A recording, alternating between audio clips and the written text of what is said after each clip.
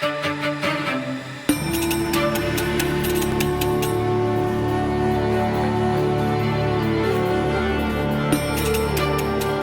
everyone, welcome to Conspirituality. This is Derek Barris, and it's a bit of a different format this week. We're deep in research for forthcoming episodes, including a number of interviews and more extensive pieces we've been working on. So this week we decided to work independently, create some segments for you, and then rerun one of Matthew's segments that was only available to Patreon subscribers, but we had such a good response to it, and I think it really is an important message that we decided to run it here. He intros that near the end. As always, you can stay up to date with us on Facebook and Instagram and on Clubhouse, where every Sunday I host a talk for everyone from 1 o'clock to 2 o'clock Pacific, as well as Patreon at patreon.com/conspirituality, where for as little as $5, you can support the podcast and get access to our weekend bonus content and our Monday bonus episodes, which are usually only exclusively there. But as I said, I really think you're going to enjoy this episode. Conspirituality, episode 45, Theater of the Transferred.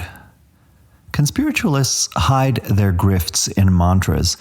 MLMs market themselves as communities, while cults preach freedom.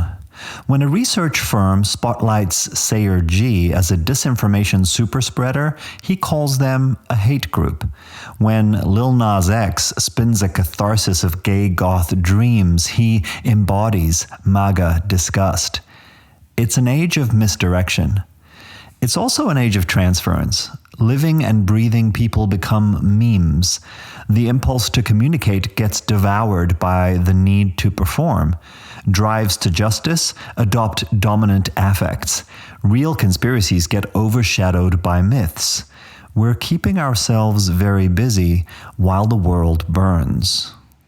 This week, we're releasing a bonus episode into the wild that speaks to a small wedge of the transference game. Matthew contemplates what it means in both helpful and unhelpful ways to be named as or reduced to cis white men, and how important issues can get lost in the dead zone between the culture wars and cults. Reduction and essentialism are key aspects of our politics and potent weapons in the arsenal of conspirituality. None of the influencers we study on this podcast would have gained their social power without labeling their opponents in black and white terms, without taking black and white positions on things like vaccines, big pharma, and whether or not a person is awake. Both conspirituality and social media influence are driven by the hot take, the keyword, the avatar, and the speed of emotional reactivity. And cults are glued together by intense, non-negotiable emotional demands on participants. So far, we've shown how all of these elements degrade our chances to evaluate evidence and resist being conned by charismatics or cult leaders. Our hope is that we contribute to a slower and open-ended exploration of how to balance the rhetoric of social change with the nuance of interpersonal empathy. In the ticker, Derek looks at the retraction of some research into the paranormal that the reviewers should have seen coming. I'm going to watch Lil Nas X lap dance through the MAGA home apocalypse. Matthew looks at a new cult scheme for recruiting anti-vaxxers, and The Jab examines the conspiritualist love of contrarian experts with scientific credentials but no evidence for their claims. This is the Conspirituality Ticker, a weekly bullet point rundown on the ongoing pandemic of messianic influencers who spread medical misinformation and sell disaster spirituality. Get thee behind me, Satan. Well, as you may know, a 21-year-old rapper named Lil Nas X won the internet over the weekend. Whether or not you know his name, you definitely couldn't escape his 2019 country hip-hop crossover mega hit, Old Town Road. The song made it to 1 billion streams on Spotify alone by August of that year. In June of 2019, Lil Nas X came out as gay and has been open in interviews about the courage that it took given the lack of acceptance in both hip-hop and country music. Seemingly unafraid now of further controversy, he released the music video for his new song Montero, Call Me By Your Name, on March 25th.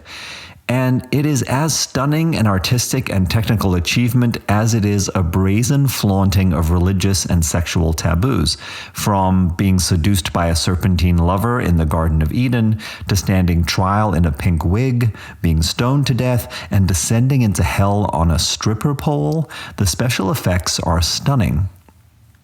Lil Nas X proceeds then to give Satan a fiery lap dance on his throne before, spoiler alert, breaking his neck and stealing his horned crown. As of March 29th, the YouTube video has been watched over 37 million times, and Twitter is alight with Christians, conservatives, and yes, QAnons decrying this as evil heresy and proof of America's cultural decline. A segment on far right-wing OAN even featured a talking head explaining that recent mass shootings are better explained by art like this than by America's easy access to assault rifles. In response to some of the outrage, the rapper tweeted, "I spent my entire teenage years hating myself because of the shit y'all preached would happen to me because I was gay. So I hope you are mad. Stay mad. Feel the same anger you teach us to have toward ourselves." There's more, though. A companion piece limited edition Satan sneaker has been released in collaboration with a group called MSCHF, or Mischief, known for a series of what they call drops that skewer the world of upscale art galleries and collectors. In addition to selling a $1.3 million laptop with some of the world's most dangerous computer viruses installed on it, and buying a Damien Hirst painting only to resell cut-up pieces of it at a massive profit, the collective has also released 15 pairs of a repurposed Nike Jesus sneaker in 2019. The Jesus shoe sold for $1,425, which is a reference to the biblical verse that describes the Savior walking on water. Mischief's design included water purported to be from the River Jordan in the sole's air chamber, allowing owners to walk on water. Now, 666 pairs of Lil Nas X's Satan shoe were each sold for $1,018, another biblical reference, this time to the quote, "I saw Satan fall like lightning from heaven." The air chamber of the sneaker in this case contains red ink and supposedly 1 drop of human blood, just to put the cherry on top of this absolutely epic piece of artistic trolling. The sneakers sold out in under 1 minute. Perhaps unsurprisingly, Nike is suing this time. Q followers were perhaps relieved to have something to obsess over this week. This ticker story comes from the CBC's program Marketplace.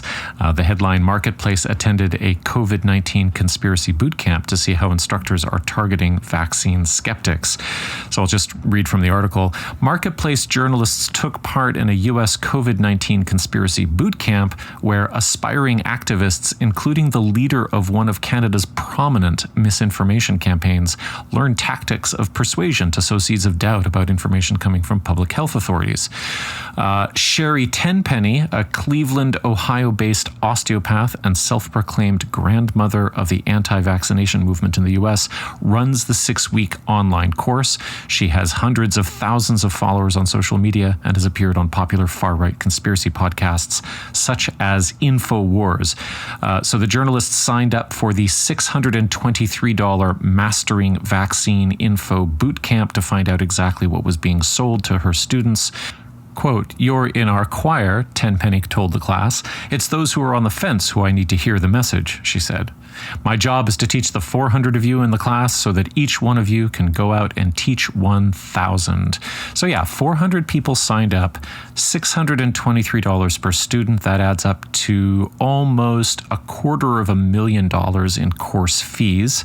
It's the 8th course that Tenpenny has run since 2017. This one is COVID-19 specific. There were attendees from Canada, Europe, India, the Philippines, and according to Tenpenny, there were 18 physicians from South Africa. But as the report shows, it also has some MLM type qualities. So reading again from the article, Vladislav Sobolev is the founder of Hugs Over Masks, a Facebook group with more than 10,000 members that's been behind some of the anti-mask and anti-lockdown protests that have taken place across Canada. Sobolev partnered with Tenpenny last year, so that means there were affiliate fees involved, surely, to arrange a group of his Hugs Over Masks followers to take the training. He now says he's organizing activist trainings of his own. Now, here's some extra information from my own reporting. Hugs Over Masks collaborates with the Canadian QAnon spin-off group that's called The Line. I've reported on this for The Walrus. The Line organized really big anti-mask protests in downtown Toronto in the fall. They were on Saturdays. It seems that they've petered out. But the founder of the organization is a guy named Lamont Daigle. He leads men's groups and sells Kangen water, which is also an MLM. Now, there's a funny coincidence because I was out for a walk the other day down here in the beaches part of Toronto where we live. I was on the boardwalk by the lake, lovely day. I came up behind a couple walking slowly and chatting together, a white woman, black man, both in their 20s. He was wearing pretty shabby clothes, and she looked like she wasn't doing very well health-wise. They didn't look like they had money or any particular place to be on a Friday afternoon. And the guy was carrying a lawn sign with The Line symbol on it. This is Lamont Daigle's group. The slogan read, "No more lockdowns." They looked pretty alone. So as I came up beside them, I stopped and I asked them whether The Line was still doing protests, and they said yes, but it wasn't very convincing. I asked them if Lamont Daigle was still organizing things, and the guy's eyes lit up and he said, "Yeah, I know Lamont." And then I played dumb. I pointed at the sign and I asked, "So hey, is all of that about QAnon?" And the guy broke into an even bigger smile and said, "Oh yeah, QAnon's a big part of this whole thing." And I had this mixture of feelings, sad, ambivalent, but also empathetic. I mean, these two were obviously marginalized folks, probably no jobs, maybe socially isolated. And this bullshit, propagandistic, anti-public health movement has given them something to do, a way of protesting against the alienation of the techno-state. Maybe they became friends through this thing. Maybe it gave them a way of transmuting their poverty into a kind of ideological monasticism. There's also something useful and nostalgic about The Line protests. I saw this video coverage of one where they were playing Woody Guthrie songs. And then I think about Lamont and how the eyes of the young men light up when they say his name. And then Tenpenny, who is ruthlessly and meticulously monetizing propaganda. And I get more and more of this feeling that a big unexamined piece of this whole landscape is simply a strange metastasis in capitalism. The culty aspects are clear in terms of people's attachments and the power dynamics, but underneath the content, underneath the data, there's this basic predatory principle at play, which is how do you accumulate the time, attention, and money that belongs to other people? And from the point of view of the mark or the rank and file, these two people walking down the boardwalk on a Friday afternoon, it's bad enough that they were encouraged to believe in bullshit, but it's almost worse that that belief in bullshit was used to steal their money, their energy, and their lifeblood, and also their altruism, and maybe even their yearning for friendship. We know the influencers we discuss on Conspirituality cherry-pick their science, while also turning to misinformation and disinformation to find their supposed research. Whether purposefully or not, and both cases are evident, they are often unwillingly embedded by credible scientific journals. As with many topics we discuss, there's no single reason for this, but a disturbing phenomenon in the walled gardens of academia has been penetrated by agendas and laziness, and in a strange twist, it's helping those supplement-slinging salesmen we discuss so often prove their case. Let's begin with a well-known example. Andrew Wakefield's 1998 study linking vaccines with autism was riddled with holes. All 12 children involved were hand-picked, which is antithetical to clinical research. The now disbarred physician falsified pediatric results cited in the research. Wakefield used microscopic level stains to make his case, while a more reliable molecular method found no evidence of a link between vaccines and autism. And add to this the fact that the parents of study subjects, some with their own agendas such as litigation, kept changing the timeline of their children's conditions. During all this time when Wakefield was raging against the vaccine, he filed for 2 patents on singles measles shots. It was a money play from day one. 23 years later, the vaccine autism myth remains in circulation despite decades of contrary evidence. 6 years after the study was published, 10 of the 13 authors of the paper retracted their findings. It took The Lancet a few more years, but in 2010 the publication finally retracted the paper. Journalist Brian Deer documented Wakefield's scam for many years, and still the lie persists. Science's replication crisis is well known. That's basically a study says something, and then further research cannot come up with the same findings. But the research community is suffering from another serious problem, one ill-fated for the social media age: the retraction crisis.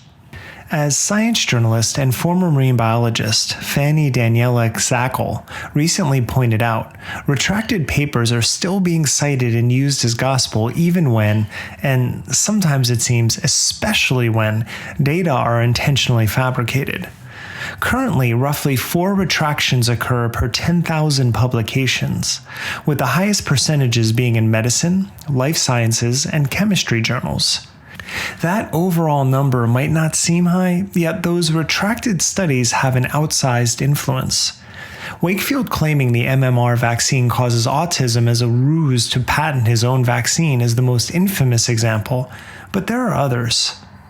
A 2005 paper touting omega-3 polyunsaturated fatty acids as having anti-inflammatory effects was retracted in 2008 after it was discovered that one author, Wataru Matsuyama, intentionally falsified data. While Matsuyama is now deceased, 17 of his papers were retracted between 2007 and 2010. After 2008, however, 96% of papers that cited that study never mentioned that it had been retracted.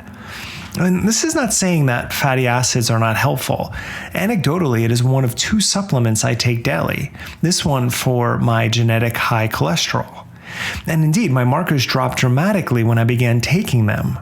But in this instance, Matsuyama claimed that a diet rich in omega-3s reduced inflammation and improved exercise capacity in persons with chronic obstructive pulmonary disease, which has never been proven and could potentially be dangerous to people with this condition if they're taking it in hopes of improving what's going on in their bodies. And then we have German anesthesiologist Joachim Bolt, who comes in with a whopping 103 retractions credited to his name.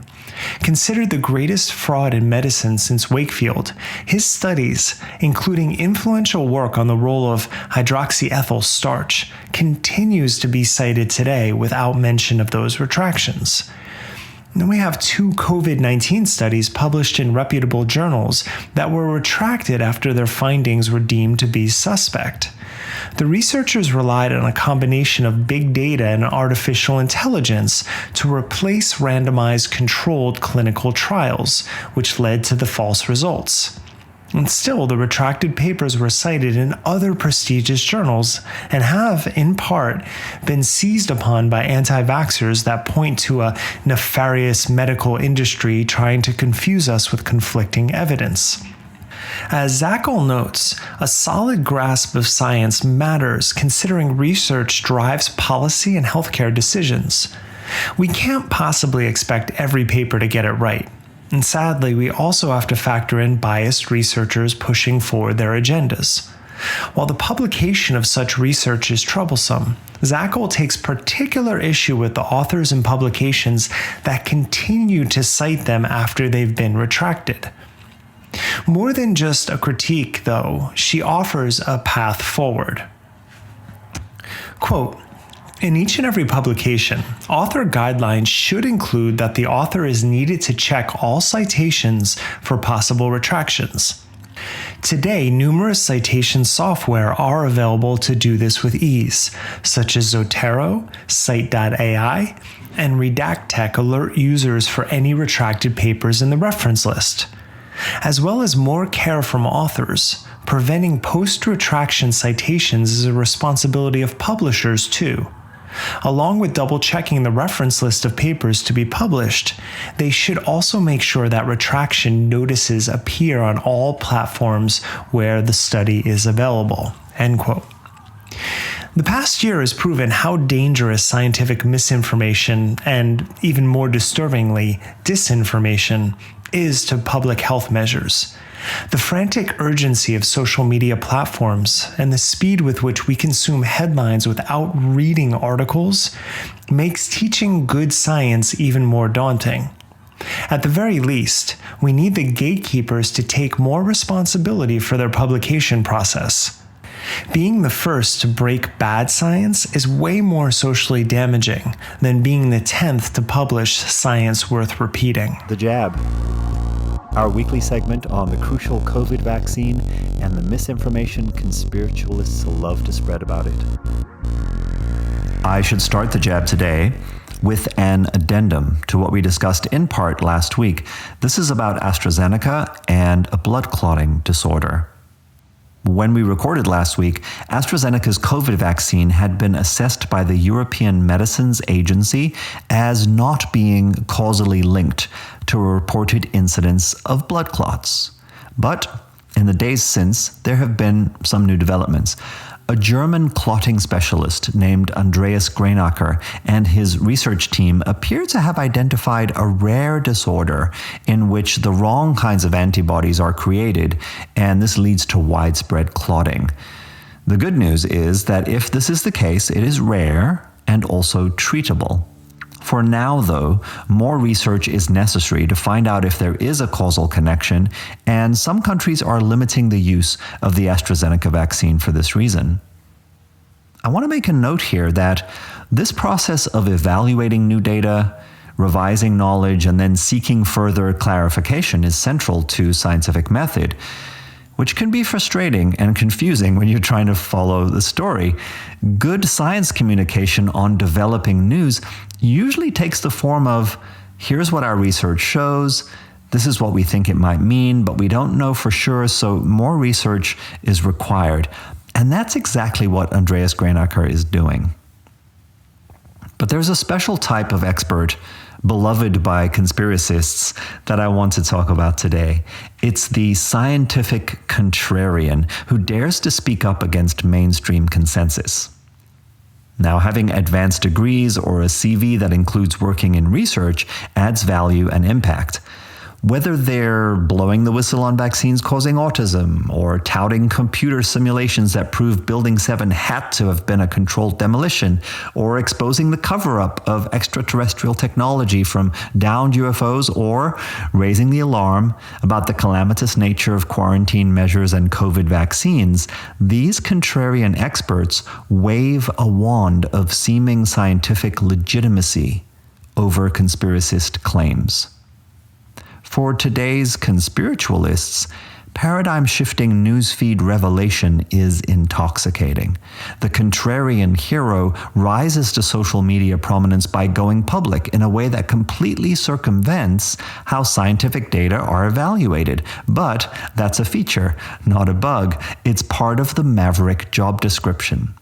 Suddenly finding themselves in the populist spotlight, they can freely make claims without evidence and then explain their current unemployment, in some cases, as personal victimization, and the scientific consensus against their opinions as nefarious, corruption, and conspiracy.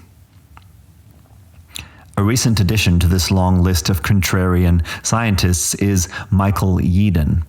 He's the ex-Pfizer researcher and VP who founded a successful biotech company and then went off the rails. Yeadon is ground zero for the false claim that the COVID vaccine causes infertility in women. The scientific community refuted this, but that didn't stop it from becoming a virulent trope on anti-vax websites like RFK Jr.'s Children's Health Defense. Since April of 2020, Yeadon has been making one failed prediction after another. He tweeted that it was very unlikely that the COVID death toll would reach 40,000 in the UK, and that it would just fade away. Well, the count stands at 127,000 right now. That September, he wrote in an article that there is no biological principle that leads us to expect a second wave. Wrong again, Mr. Yeadon. The following month, he said there was absolutely no need for a COVID vaccine. The month after that, in a video viewed over 1 million times, he asserted that the pandemic was over. And by December 1st, he had co-authored the petition containing the data-free infertility claim. In January, research by the nonprofit Kaiser Family Foundation showed that 13% of unvaccinated people had heard that COVID-19 vaccines have been shown to cause infertility. All evidence so far shows that vaccinated women have absolutely no problem getting pregnant. They also pass along some COVID immunity to their babies. As Imran Ahmed of the Center for Countering Digital Hate told Reuters in the article I will link in the show notes, Yeadon's background gives his dangerous and harmful messages false credibility. That's exactly the often obscured problem with the contrarian expert. They flash scientific credentials but present no scientific data. They are touted for their work in the field but don't follow its rigor. Failed predictions litter their wake with no accountability and certainly no hint of an apology or an addendum, as we offered at the top of this segment. And their flavor of the week prominence on the conspiracy skyline lives on only by the sensationalist headline, not by the details of what was claimed. And it lives on, too, with the collateral damage of a misinformed and paranoid public. So let's name this when we see it. It's called the argument from authority fallacy. And the point is simply this: academic credentials and past employment history don't make up for a lack of evidence in support of claims that radically contradict the scientific consensus.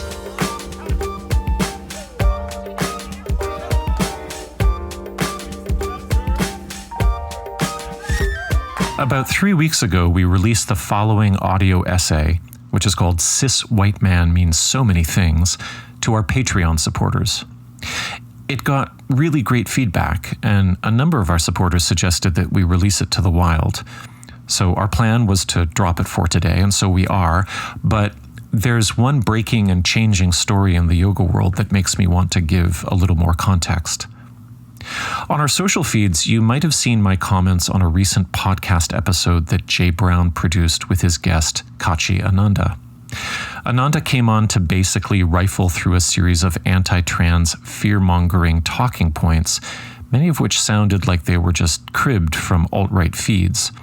She made dozens of unsubstantiated and paranoid claims, and, just like a few weeks prior, Jay didn't push back, didn't fact check. As we said in episode 43, How to Red Pill a Yoga Podcaster, this is the paradox of Jay's brand. Misinformation can be cast and monetized as a, quote, difficult conversation, unquote. Ananda's politics on the issue are misinformed and gross, and there's already been a lot of qualified feedback from trans people and their allies so far asking that Jay take the podcast down. We were going to do a segment on it this week, but we want to take more time with it as it's still developing. Refuting Ananda's views is crucial and urgent, and that's happening. Where we feel we can add value is in expanding our analysis of the intersecting conditions that not only allow for clusterfucks like this to happen, but might make them inevitable. Just as influencer culture drives the escalation of conspirituality, it also drives the co-optation and monetization of culture war issues. We also want to take a week to contemplate how the rituals of call-ins, call-outs, and calls for accountability play out. We'll approach it with open minds, but we're skeptical that any of it is working. I think the newsflash is that if you're interested in social justice, it might be a waste of time trying to get a boundary-free podcaster to re-educate themselves. But we're also delaying a week because placing that segment alongside the following essay might be a bit of a gear grind. As you'll hear, I'm attempting to parse out a kind of coerciveness in some very idealistic ways of speaking in progressive circles.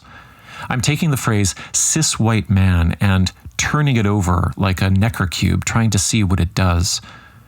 But the thing is, the data points that are discussed in this essay revolve around race, not gender.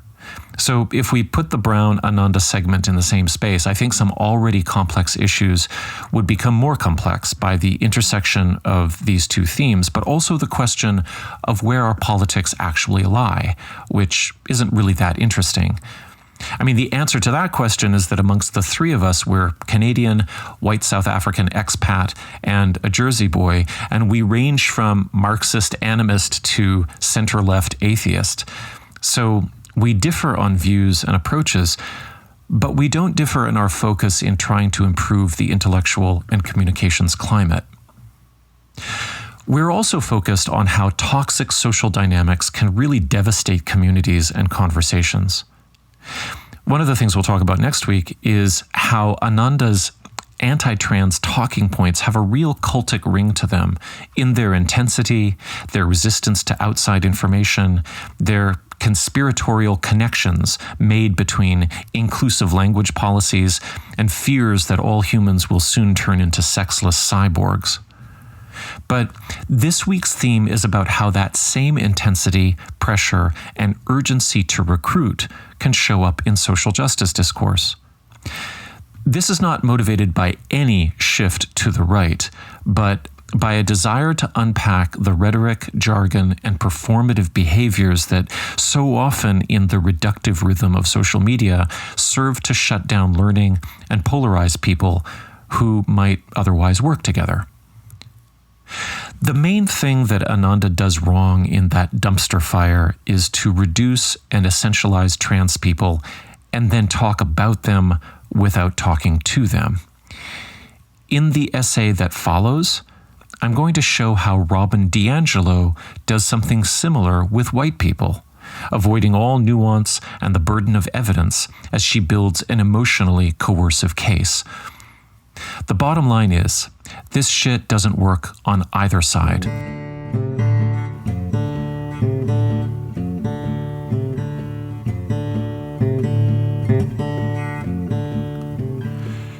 Cis white man means so many things. When I first started working on this podcast with Derek and Julian, someone who was a friend at the time sent me an email that basically said, "Why are you working with two other cis white men on this project?" The question took me aback. I froze, because according to certain cultural rules, which are not necessarily the rules of friendship, I couldn't answer this question without being wrong or without appearing to be defensive or fragile. I had three bad options for answering. If I said, because they're my friends, then I might be revealing the exclusivity of my social circle and perhaps my unwillingness to look beyond it. If I said, they're colleagues who are interested in and skilled in the same subject area, I might be revealing my ignorance of marginalized literature on conspirituality, although it is kind of a new study. If I said I was scrambling for any kind of work project at the beginning of the pandemic as my industry was collapsing, and this materialized out of luck and necessity, then I might be proving that I valued money over inclusivity. I might be revealing my naked opportunism, my complicity in colonial capitalism. So I struck an apologetic stance. I basically said, I know it doesn't look good, but I'll be working on it and using my privilege to share power. But this felt like a lead balloon. Not because it was an empty promise. My commitment to sharing power is really a thing, but because it didn't seem to answer the underlying assertion of my friend's question, which was, it would have been better if you'd chosen another project with other people. It was almost like a friend telling me who to be friends with. Now, the fact that this challenge came from a friend was significant. Was this an unfriendly thing to do? Or, according to the hard work of checking privilege, was this actually a sign of true friendship? That the person felt safe enough to challenge me and assumed their challenge wouldn't strain the friendship? I don't know the answer to that. Now, not long after that, we got similar feedback on social media, some of it coming from people who didn't know us, who weren't friends. And some of the prematurely aggravated comments came from people who clearly hadn't listened to any of the episodes or grasped what the subject was. And in some cases, these challenges felt disingenuous. This was white people criticizing other white people for starting a project they didn't start and pretending like they knew it was overall and in general the wrong thing to do. Then, in a post about an episode about racism in the wellness industry, one person of color posted a comment saying that they didn't have time to listen to white people talk about the issue. And to me, that was totally fine. But the episode featured in that post contained an interview with a person of color talking about the issue. So clearly the comment was hasty, maybe misinformed, but that didn't stop other commenters, white commenters, from jumping on board to support the person's objection. And all of this, strangely, served to erase the presence of our guest. I don't think this happened in bad faith. I think it happened because everything on social media moves too damned fast and reactively. The platform seems built for a mixture of provocation and confusion that keeps people engaged for longer. Facebook wants us to fight, and if it's not over something real, it might as well be over something untrue or meaningless. In these scrums, I give the same response: apologize and pledge to use privilege ethically. For some people, this seems sufficient, and others just storm off anyway. Since then, I've been thinking a lot about this question, and about why certain answers work or don't work, and when, and about the differences between us on the podcast here, and how those differences mesh with our strengths and blind spots. I've also been thinking about our differences in how we approach the question. In episode 26, it all came out into the open when, in talking about social justice-oriented online conflict, Derek laid out a boundary he has when engaging in social media threads. He described a commenter opening or framing a criticism of his work in the same way that my friend had. The formula is, quote, "Coming from a white cis man, your opinion or work is not relevant because," and so on, unquote. I'm going to call this the identitarian gambit. Derek explained that for him, it doesn't really matter what comes after the identitarian gambit. He said that when he hears this opening or reads it, he just stops. He's a cis white man looking at the words cis white man, and he's not reading any further. He's being dismissed, and so he's going to dismiss what follows. I'm a cisgendered white man as well, and I don't stop reading. My instinct is to try to depersonalize it, to take on the identitarian gambit, to face it fully, and to own it. I want to be a good activist, feminist, ally, or at least my idea of one. But in this essay, I'd like to explore whether I'm doing that because it's moral and effective, or because I'm afraid not to, or because I'm confused about the difference between real-life behavior and the theater of being good.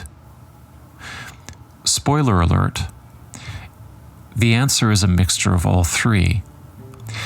But I figure that if I don't learn to tell these motivations apart, I will be more likely to be drawn into toxic online BS, which only really benefits Mark Zuckerberg.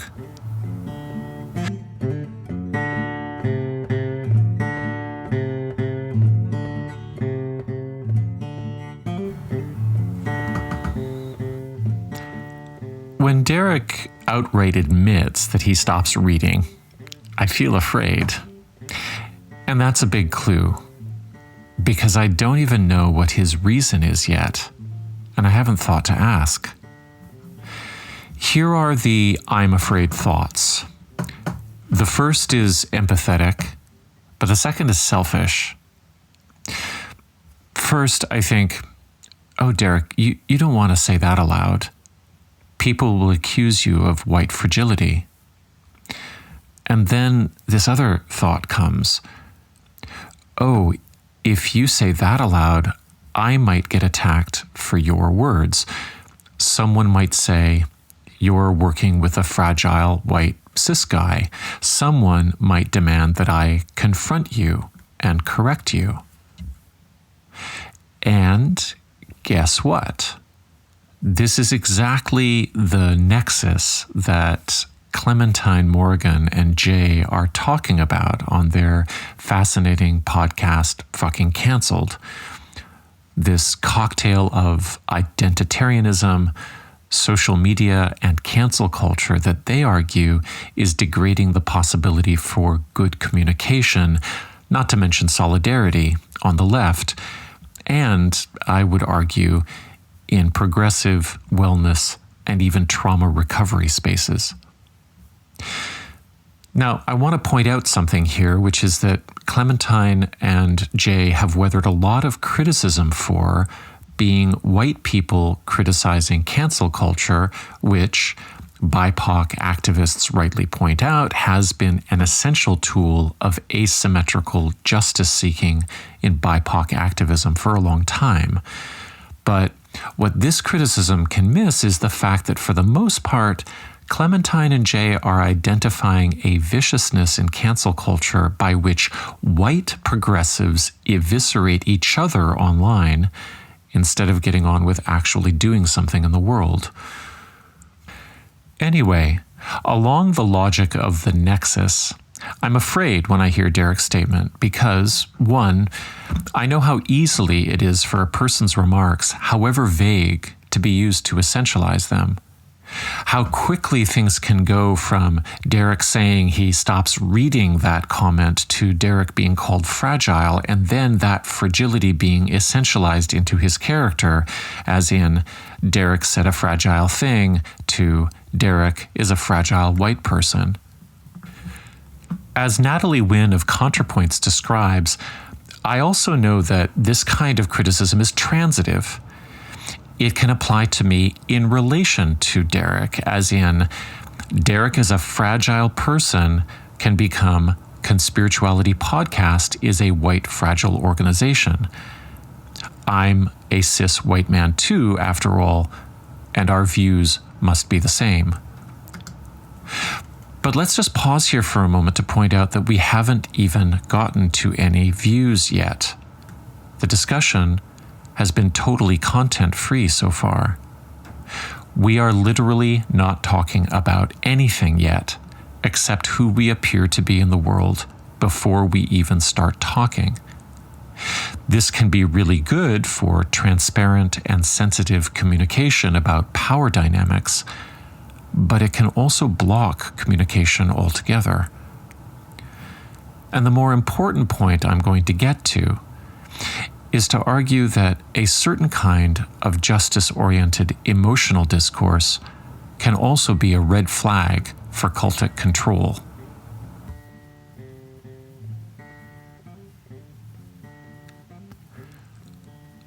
So what is this fragility that I'm so afraid to be accused of having? Who defines it? For this, we might as well go straight to Robin DiAngelo, the white academic and corporate consultant whose book, White Fragility, is now a kind of cultural talisman. In a printed interview, she says, "In a nutshell, white fragility is the defensive reaction so many white people have when our racial worldviews, positions, or advantages are questioned or challenged. For a lot of white people, just suggesting that being white has meaning will trigger a deep defensive response. And that defensiveness serves to maintain both our comfort and our positions in a racially inequitable society from which we benefit." Now, on first reading, I totally resonate with this. But then I pause because that resonance has a flavor that I've now grown to be suspicious of. It sounds so complete and elegant. And that feeling is welcome when I'm listening to music, but in politics or psychology, it makes me pause. So I'll extract one sentence here.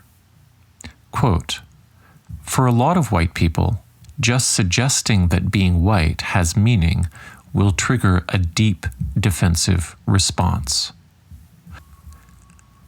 Now, she does hedge by mentioning "for a lot of white people," but the statement leaves a lot out, and there's no data cited. Is she really sure that it's the mere mention of whiteness that's enough to provoke deep defensive responses? Amongst how many people? And what demographic? Urban, rural, boomer, Gen X, millennial? And according to what type of confrontation and in what medium? This interview is posted on DiAngelo's website, so we can assume that she believes it is self-supporting. But the more I look at it, the more reductive it seems. It doesn't account for the reactive nature of social media, for example. In fact, it seems purpose-built for the reductive and aphoristic pulses of social media.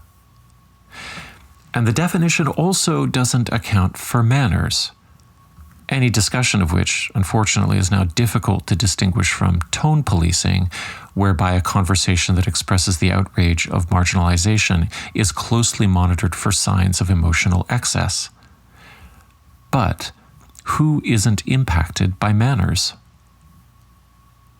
One thing that the DiAngelo discourse does, I believe, is to help reinforce a kind of social media shorthand by which the whiteness of a person becomes an instinctual predictor as to how to interpret their responses. It's as if the profile pic gives the game away before the person even speaks. With enough DiAngelo out there, it becomes natural to expect that white people are all and equally triggered around these issues. They are always already triggered. You can't trust them. So when Derek says, "I'm not going to engage with a particular line of argument," he's showing the DiAngelo crowd he cannot be trusted. He's a live wire about to go off. Now, I want to be super clear about one thing. It's become a talking point on the right to describe the DiAngelo position as being about white self-hatred. I'm not going to indulge that view because their answer to that problem is to nurture racial pride or even arrogance. And in more refined circles, this is expressed as a renewed faith in Western exceptionalism or Christian apologetics. And on that tip, you can tune into our episode on the resurrection of Jordan Peterson.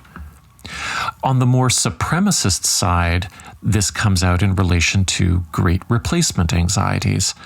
I'm thinking of the Proud Boy types who go to public protests in Wisconsin and guzzle gallons of milk in public as a kind of ritual to prove that they are of the soil and that lactose-intolerant immigrants, feminists, and trans people should leave. Intellectual honesty demands that we don't make guesses about whether Robin DiAngelo hates herself. That's between her and her therapist. And it's a distraction from a much more important issue, that whether hateful or empathetic, she's offering a politics of affect as opposed to a politics of material change.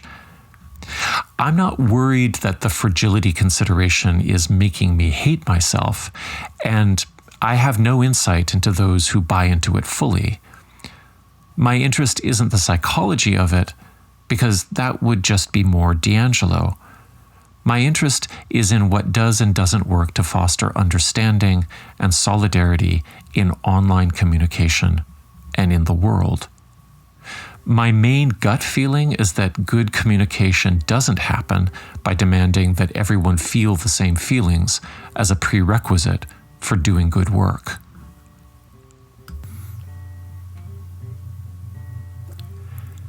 So we started with, as a cis white man, your opinion is, but there are other versions that are said to trigger that same fragility, such as a white feminist, your opinion is, or as a heteronormative settler, your opinion is, or in my field and closer to the bone, because this is referring to spirituality, as a white male practitioner of yoga, your practice is.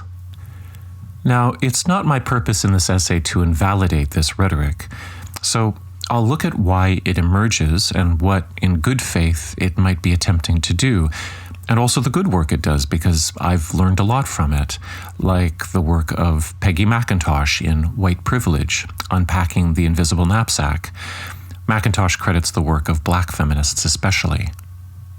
My understanding is that these preemptive framings come from the painstaking study of intersectional power dynamics, in which a person's class, race, gender, sexual orientation, resources, knowledge, experiences, and biases are understood to be always already determining the starting points of their arguments. Starting points that they feel are reasonable but may really be blind to. There's no doubt that what is normal and seems valid for a person is largely predetermined by forces beyond their reckoning, and something amazing happens when this is revealed. The two major areas in which I've been shocked into awareness by the confrontational nature of the identitarian gambit are, predictably, in relation to my white and male privilege. On one occasion, I realized that a very open confrontation I had with a cop on the street here in Toronto would have potentially been lethal had I been Black. In the other case, an argument with my partner, who is female, about whether I'd walk through the city at night to get to the airport or take a cab, showed me that my male privilege in relation to bodily safety was simply invisible to me. I wrote about both of those incidents, and I'll put the links into the show notes. These were moments in my life of spiritual significance. My empathy just grew, and I had that feeling that I have that I associate with deep growth, that I was actually becoming smaller, less central to the world, which meant that more of everything else could pour in. Now, it might sound strange to say that the feeling I can compare it to was that of becoming a parent. And in the movies, that moment is textured by pride and awe, but I never felt pride. And my awe at holding the swaddled infant quickly resolved into the relaxation of becoming as small as he was. I gazed at him, and I knew that I was no longer the center of my world, that my life would now turn more towards service, and I was relieved of a quotient of narcissism. Being confronted on my identity was similar because privilege is a kind of structural narcissism. But the value hasn't just been internal. Walking through the world with an awareness of privilege has changed some very concrete things for me. One example would be that I have this sense that the previously unexamined freedom of my body and its movements occur in a space that was just given to me. It was unearned. And here in Canada, it was handed to me through the history of colonial genocide. And so everything I choose and do, socially, politically, economically, is haunted by this question. What concrete measures can I support to redress that history? Because it's not over. I'm here because of it. In terms of my very food and shelter, there are debts I can help pay, not because I'm a bad person, but because it's the right thing to do. What this means for this podcast is that I'm going to do my best to seek out the views and voices of people who don't typically get heard. And I'll do this because I know that I have been entrained to speak freely and assume that I will be heard. This means that when interrogating the ways in which traditional or indigenous remedies are being used by conspiritualists, that I don't ignore the deep cultural and political meanings that these art forms carry. It means that I'll keep in mind that the ways in which we know the world are inextricable from political and colonial processes.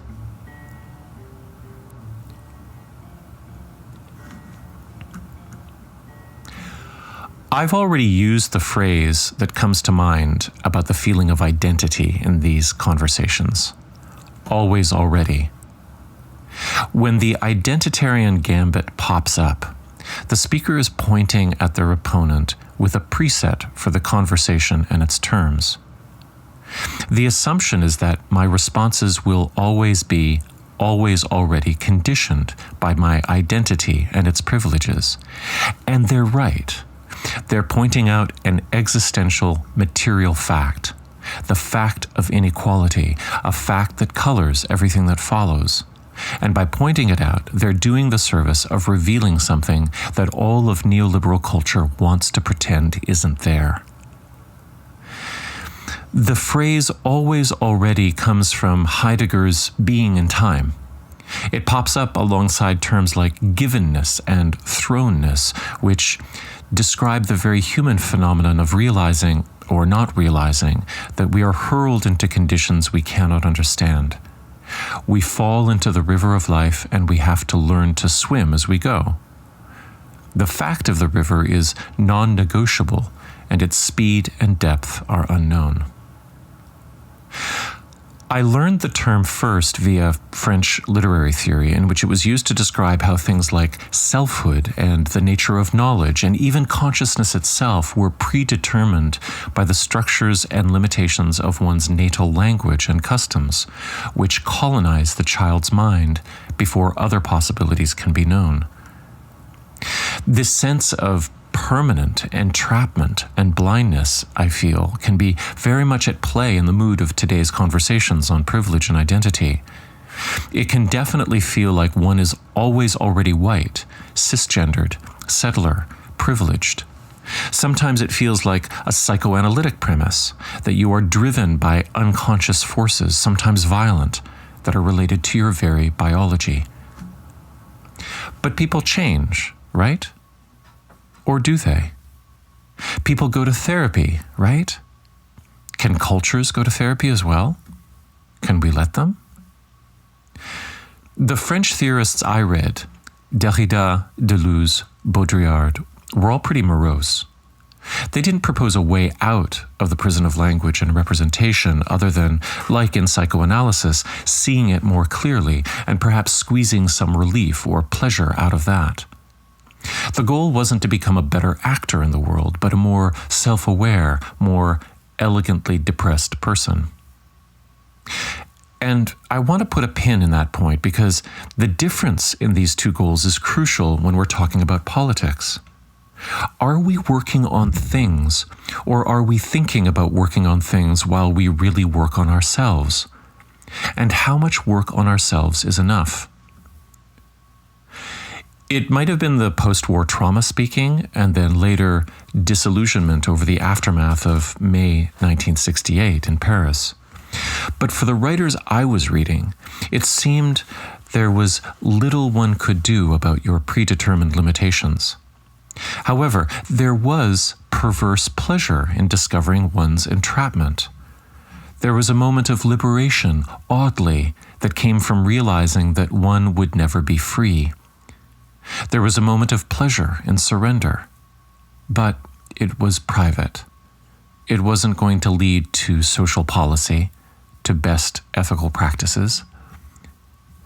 So let's put another pin in here to ask, how do we generally assess the effectiveness of our politics online? Is it through the success of our organizing, or the intensity of our self-examination of, quote, doing the work, unquote, seemingly endless, and the results of which we can never quite define? And this sounds a lot like religion, right? One of the key things I've noticed about what I'll call the D'Angelo discourse, in which I am meant to meditate on the meaning of being a cis white man, is that it does sound a lot more like Buddhist or New Age contemplation than like activism. Its success seems more determined by the indescribable quality of one's internal psychology or wokeness than anything else. And as Cedric Michael Williams of the Class Unity Caucus of the Democratic Socialists of America points out, this emphasis on internality plays right into the hands of corporate interests. D'Angelo's white fragility, he writes, reinforces the belief that the responsibility for racism lies with individual workers' attitudes and invisible phenomena, including implicit bias, rather than the policies and practices authorized by employers. If I were employer, why wouldn't I want to hire a specialist to train workers to believe that their own identities and unconscious biases are the main sources of inequality, instead of exploitative workplace practices? Williams is asking, what does all of this self-reflection really change? How is it not just another lifestyle and personal development choice by which white people might be making themselves feel better, regardless of how it materially impacts racism? Coming back to my colleague Derek, I think he's asking this too, but more directly than I have as of yet. Now, there's lots of engaging analysis of the pros and cons of what D'Angelo is doing from both white and black writers. Very smart people will be debating this stuff for years. I found Daniel Bergner's long read in the New York Times especially nuanced and troubling, and I'll link to it. But here's something I haven't seen any commenters do yet, even as they report on the zero-sum game of her presentation, how charismatically dialed in she is, and how much money she makes, and the social buzz around her work. All of the cult leaders I've studied, and the two that I've lived with, present themselves in two ways. First, as altruists holding a magic tool that will revolutionize the world, and secondly, as never compromising emotional bulldogs who strategically present recruits with a non-negotiable threshold for commitment, which means that membership depends on emotional surrender. With D'Angelo, it seems like that threshold is a full admission to one's white fragility. And that's the Kafka trap. Because disputing with her terms is evidence for her that her terms are correct.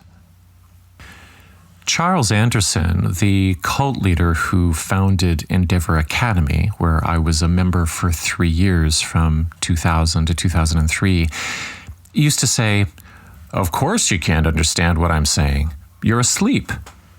And somehow, mystically, agreeing with him that we were asleep, whatever that meant, was the key to waking up. But you had to agree with him before you opened your mouth. You had to agree with his assessment of your internal being. And this was a real mindfuck, because to gain liberation, you had to parrot what an authority said about you. Bergner's article describes a few things that set off culty alarms for me in its reporting on D'Angelo's seminars, which are packed with 300 people paying up to $160 for an afternoon. That's $48,000 in revenue, by the way. So Daniel reports on her charismatic flourishes. He reports on highly educated attendees who seem to be totally entranced. He reports on strictly programmed exercise work where white people speak first and confessionally.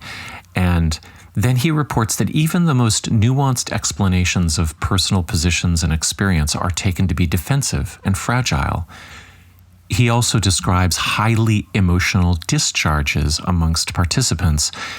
And then in breakout groups, how people would talk about their prior peak experiences with D'Angelo. I know this scene. This is Esalen, it's Omega Institute, it's encounter groups, it's ashrams and meditation centers, it's the workshop circuit. This is a transformational experience. It's emotionally effusive, perhaps even emotionally incontinent. And it begins from the premise that the way you see and understand yourself is delusional and harmful, and you must absolutely change it, and fast. And all of this overlaps with what happens in cults. So regardless of how much D'Angelo gets paid, or the merits of her content, which again is going to be debated for years, the emotional challenge she presents, plus the immersive delivery techniques she uses, these overlap with well-researched systems of manipulation. And it makes me ask, can any good content be offered and absorbed like this? And here's something. Between us on the podcast, Derek is the guy who never got recruited into a cult, despite living and working alongside culty yoga groups for decades. So this makes me wonder if temperamentally he's just naturally allergic to strong and premature emotional demands as conditions for community participation. Whether he immediately reads that energy as intrusive and as something he's just inclined to say no to, perhaps. What I remember about the charismatic environments that recruited me is that I had an instantaneous feeling of yes and acceptance when that emotional gauntlet was thrown down. And I don't know why. I associate those moments with a feeling that I will be abandoned if I don't jump in. And I believe you can't really be afraid of not joining something if your basic experience in the world is secure. Maybe Derek is just more securely attached than I am. And maybe Tada Hazumi, who joined us on the podcast in an earlier episode, is right in his recent writing that a lot of social justice culture hangs together through cultism and trauma bonding. And we've got to fix that.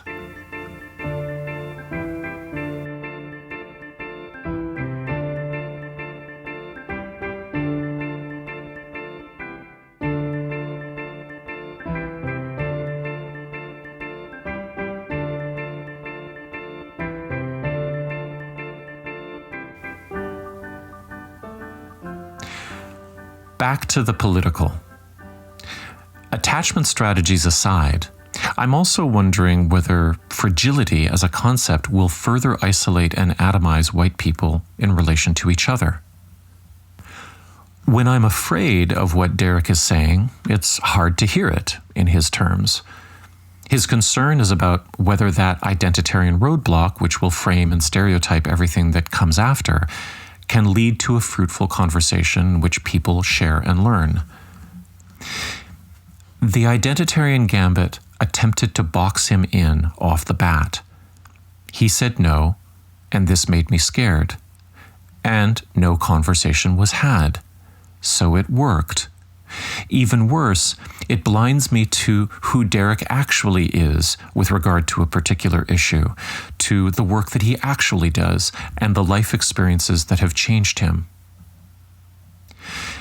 Derek's sense of pragmatism and efficiency, as I glean it, allows him to make an assessment about whether or not an interlocutor is opening in good faith, and he turns on or off at the doorway. Can we call that fragile without being his therapist? Even as his friend, I wouldn't be able to label that as fragile or as closed down to criticism or self-reflection without knowing a shit ton more about how he responds to criticism over time.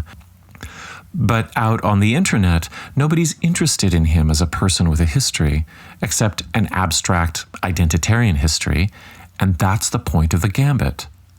The label of white cis man can be compounded with the psychological label of fragility to create an impossibility of response or exchange. People are no longer people, but names and faces that become chess pieces, moved around by the winds of history and the performance of politics. They are allowed to play only if they pass over a threshold of emotional surrender. So I am not saying that fragility doesn't exist. People with privilege are obviously defensive when they first encounter the concept that they might not have earned the status they have. And when they first have to question whether they really are where they are due to meritocracy alone. Looking at being a beneficiary of structural racism is uncomfortable and ugly. But people do it. They learn, they change. But will the reductivity and essentialism of this social media discourse let them? Whether through insecurity or altruism, what I've tended to do over the past years when confronted with the identitarian gambit is to do a kind of aikido on myself, in which I take the gambit as being in good faith, whether I know whether it is or not, and I assume that if I'm feeling defensive, it's because I've taken it personally. And that might be an indication of fragility. And so I should suck it up and look for the content in the criticism that I can respond to. Sometimes I really have to search because often the criticism is simply about my identity. And then it veers into ad hominem territory because it begins to essentialize what I must be like based on that identity. But when I absorb the identitarian gambit properly, people in social justice circles praise me for it. Oh, you're a cis white man who can actually listen. We need more like you. And that feels good. I showed that I emotionally surrendered to the program, and it rewarded me.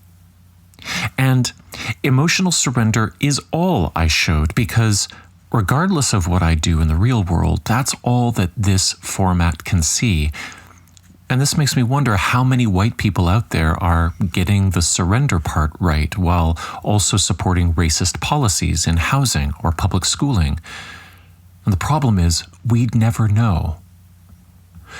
And in all honesty, often the main thing I'm trying to do is to de-escalate growing emotional tension from all directions, but mainly amongst fellow white people who are terribly anxious about how virtuous they are.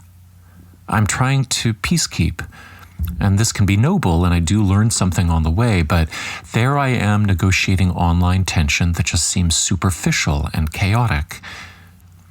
Meanwhile, the time that I could be out doing community farming, for example, is evaporating. My sense of ineffectiveness and alienation rises even though I'm on the right team. I'm negotiating online tension while Black and trans and disabled people still need more protections, more services. I'm playing the role of receptive listening white cis man and getting social rewards for that, but it's online. But I'm afraid to stop getting those rewards. And all of this makes me think that Derek should want these rewards too, because my social training has now led me to believe that a large part of our value relies on how well we play this game. It's not working.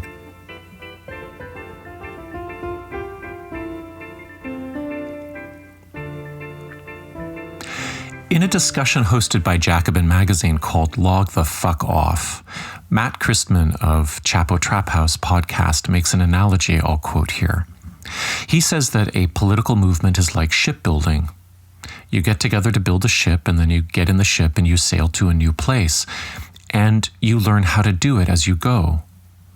But with online politics, he says, you're getting together to learn about shipbuilding, and you're getting super detailed about it and stressing over every little thing. But the ship you are building is in a bottle on Mark Zuckerberg's mantelpiece, and it doesn't go anywhere. So back to Derek's position of, I stop reading. I believe that part of what he's saying is, I'm not going to continue building this ship in this bottle. That said, because I have been more patient with the identitarian gambit, I have forced myself to learn from it. And for years now, I've seen it coming. For a cis white man, you should be like X or Y. You have no right to be A or B. And I've turned it into an almost personal practice, somewhat self-flagellatory. I've learned to say to myself, don't take it personally.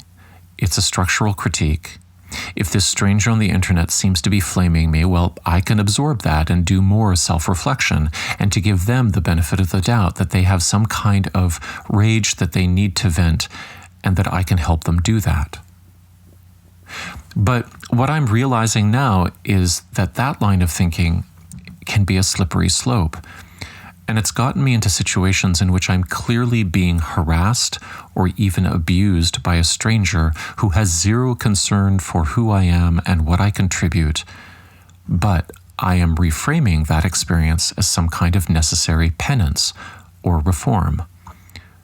So, point by point, if I say, don't take it personally, it's a structural critique, this is reasonable. Politics are correctly about the flows of power and money. And I don't have to personalize critiques of structural inequality. And if I do, Robin DiAngelo really does have a point or two I could learn from. Then if I say, if this stranger on the internet seems to be flaming me, well, I can absorb that and do more self-reflection. But wait a minute. Is there any other situation in the world in which I would emotionally defer like this? Then if I go on to say, I can give them the benefit of the doubt that they have some kind of rage that they need to vent, and I can help them do that. Well, very noble perhaps, but where exactly does that end? Must certain individuals on the internet simply become receptacles? At what point does accepting that you are an archetypal anger target mean that you forget you're a person who is changing and growing? And perhaps that's the biggest point, that the labels and roles and archetypes hold a historical validity, but do not represent the nuance of moving and changing human beings. Yes, human beings that move and change according to pathways of access and privilege, but also soul-searching and humility and circumstance. Someone confronts you. You hold your baby child for the first time. Your inner teenager evaporates. But something happened in relation to the identitarian gambit for me. I felt two almost imperceptible lines being crossed. One was from being naive to the discourse into a kind of revelation.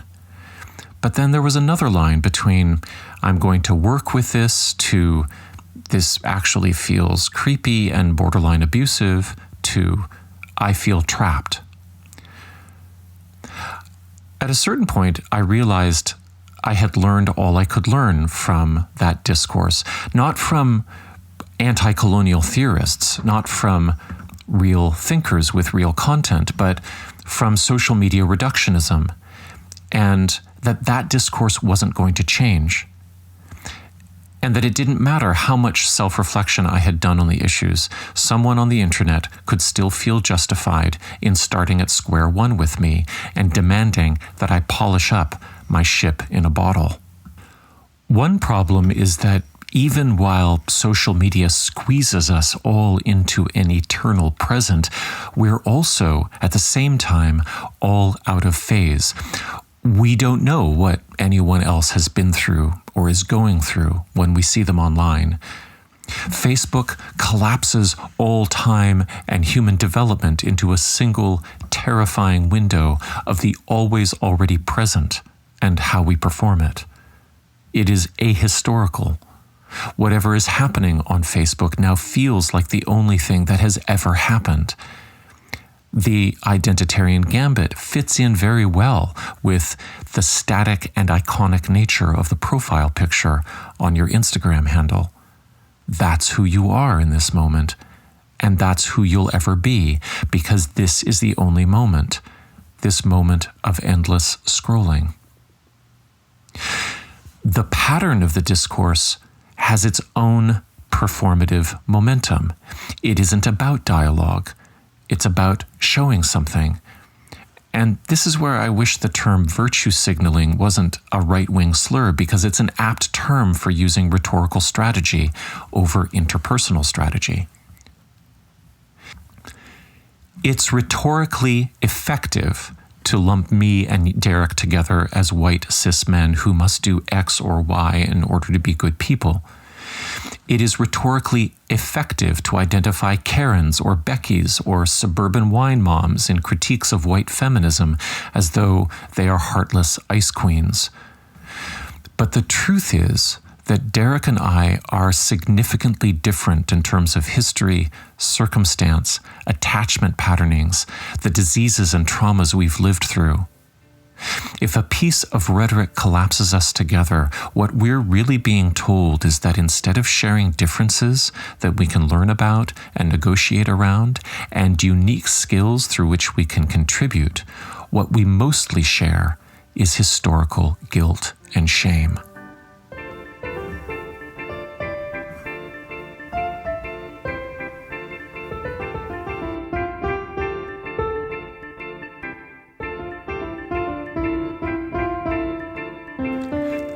So, will I be changing my orientation or behavior? Probably, somewhat. I don't think I would ever take Derek's path of I just stop reading, full stop.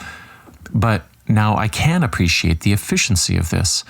It's a kind of moral shorthand that understands that if a fight starts with a dirty blow, it's likely to continue that way, and the last thing you want to do is enable that or dignify it with attention. However, I also want to hold out the possibility that people don't have to be stuck in the gambit, that the gambit has become reflexive and defensive, but that it can be let go of if you indicate that you are listening to the content beneath it. Here's the way that this might look. As a cis white man, you shouldn't have thoughts, or those thoughts, about X. My reply can then be, well, I share your concern about X and respect where you're coming from. Here are some additional thoughts about it from where I stand.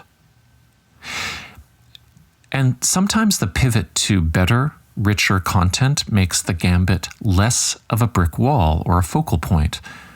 Occasionally, a good conversation emerges when you just look past the rhetoric and say, hey, I hear you, and there's room to talk about the real content here. And even though this doesn't always or even regularly happen, I'm going to keep going with it. As I'm cruising to the end here, I have to make sure I come clean about one thing. I have my own way of using the identitarian gambit, but in a way that advantages me. It doesn't involve race or gender, so I want to be careful about not suggesting that it does. But what I do can have a similar impact to the rhetoric I'm describing. Over the last several years, when I'm asked for my bio note for online copy or in a podcast, I open with my identification as a cult survivor. So in conversations on Facebook, I will often respond to what I believe is a misconception about cults with my own form of positive identitarian gambit. I'll say, well, as a cult survivor, I can say that what's important to remember is, and in one way, this is totally legit and valuable, because after all, the media landscape is now flooded with cult content, and there's a lot of crap commentary flying around that is really just pop psychology or sensationalism. And so positioning myself as having some authority through experience and research seems like a strategically appropriate thing to do if I want my content to affect change. But here's the thing. The phrase, as a cult survivor, doesn't actually say that much. Cult survivors and researchers come from wildly diverse experiences, and we hold very different views. Cult survivor, like cis white man, is a real structural category, but it's also a vague personal descriptor.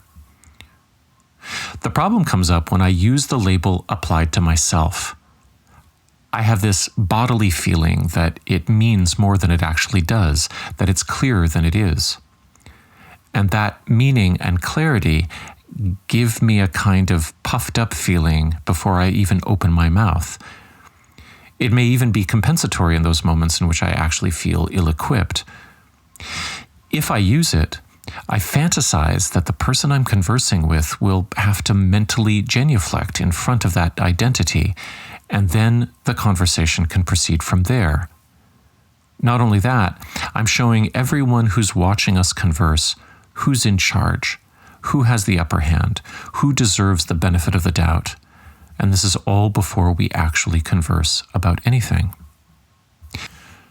Now, part of me wonders whether I've adopted this rhetoric as a way of claiming ownership over a piece of the social justice pie, or as a way of deflecting attention from my own racial or gendered privilege. Where Derek reads white cis man and stops reading, I see it and say, yeah, that's true, but I'm also a cult survivor, so I'm different. The clue here is the sense of armored confidence I feel when laying out my identitarian gambit. I'm saying, I know what I'm talking about, and if you challenge me, I have license to take that as a personal insult to my experience. But do I really need to put on that armor? Maybe when I was coming out, I did, but I don't think I need to anymore. If my data makes sense and adds to the conversation, that should be enough. I'm not opposed to disclosing that I'm a cult survivor within the flow of a conversation, but I do think it's distorting to seize the mic with that statement. That said, there is a structural argument to be made that centering survivors in any discussion of institutional abuse will provide greater clarity to the issues at hand. And I can argue that point, that we should center cult survivors without centering myself. This essay has been a little long, so to review. 1. The identitarian gambit can function to preempt dialogue from a bad faith position of moral superiority that erases interpersonal realities and dynamics. 2. One can work around it as a practice of humility and growth, but at a certain point, one will have changed and learned, even if the rhetoric hasn't. 3. Working with the rhetoric can in some cases lead to more honest dialogue. 4. Working with it can in some cases enable harassment or abusive behavior. 5. The farther you get into language that symbolizes rather than humanizes people, the more your group is vulnerable to cultism. 6. Derek is more abrupt with his boundaries on this than I am, and that's okay. I'm going to finish with the thing that most concerns me. I'm in my 50th year, and I'm going to increasingly turn my attention to shipbuilding outside of the bottle. Finally, I feel that from 26 through 40, I was in cults, but then recovering from cults. And then from 40 years old till now, I've been a gig worker using social media to add to the discourse on cultic dynamics. And I'm starting to wonder, what have I actually done with my hands? And who has tricked me into staying inside, not only in this bottle, but in my office? I'm a white, cisgendered man, and I'm now the father to 2 boys who are definitely white and statistically likely to present as cisgendered. And pretty soon, they'll be drawn into that bottle-bound shipbuilding project. And so here are the things that I want for them. There's a lot of me in this list, but also a little bit of Derek. He only thinks he doesn't have kids, but it's amazing who we actually influence and how. It's not just social media BS that's transitive. It's also parenting values. So here's the list of what I want for them. 1, I would like them to learn and understand the reality of structural racism and their place in that structure. 2, I would like them to learn how to share power given their place. 3, I would like them to learn that while racism is real, interpersonally and structurally, the discourse around racism can be manipulated by people on social media more interested in showing off than in changing the material world. 4, I want to teach them the shipbuilding metaphor so that they don't have to spend years in the bottle thinking they're sailing to a better place. 5, I want to teach them that real work unfolds over time. No emotional or political junk food will create change. 6, I want to teach them how to tell when, whether intentionally or not, people are interacting with them in bad faith. 7, I want to teach them about how to distinguish whether people are using terms that punish or educate, that stereotype or humanize. 8, whether people are boxing them in or allowing them to change. 9, whether they are being emotionally manipulated. 10, what a cult feels like and how cults work. 11, I would like to teach them how to stay positive, even as they realize how fragmented this landscape is and how easy it is for well-intentioned people to really hurt each other. Here are the stakes. If in time they are able to hold 2 things, a sense of historical accountability and a secure recognition of their personal dignity and their ability to grow, they will recognize when people they want to be in solidarity with are being sucked into the reductive world of memes and horizontal attacks. They will know what that unintentional cultism feels like, and hopefully they will withdraw and regroup instead of reactively bouncing over to the alt-right sphere where they'll find the cult of Jordan Peterson, who will gaze on them like a stern but loving father and indulge their grievances and convert avoidable relational friction into the spirituality of reactionary narcissism. My sons deserve a world in which they can be structurally responsible and interpersonally worthy. They deserve a cis white man of a father who's able to model the pathway from building that ship in the bottle to building a ship.